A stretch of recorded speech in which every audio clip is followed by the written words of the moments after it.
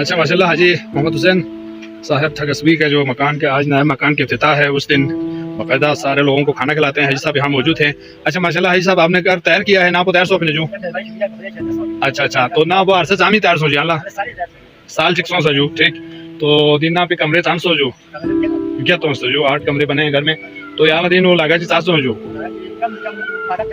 12-13 लाख। अच्छा 12-13 लाख में घर तैयार हुआ है माशाल्लाह सुभान अल्लाह, बड़ा खूबसूरत घर तैयार हुआ है। तो इस घर के आज इफ्तिताह है। इस सिलसिले में आज माशाल्लाह हाजी साहब शुक्रिया। आज जो है यहाँ पे सारे गांव वालों को खाना खिलाने की तैयारी जारी है। देखो बड़े बड़े पतीले में। आइए अस्सलाम हजो सब ठीक ठाक जो खैरियत। दूसरा हजो साहब वालेकुम सलाम ठीक ठाक जो यहाँ पे सलाद रखे हुए हैं और यहाँ देखो माहिरीन यहाँ खाना पका रहे हैं। देखो सारे खानसामे मौजूद है, पुराने बहुत बड़े खानसामे शेफ साहिबान।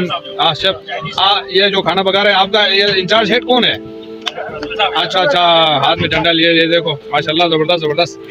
देखो बड़े बड़े अच्छा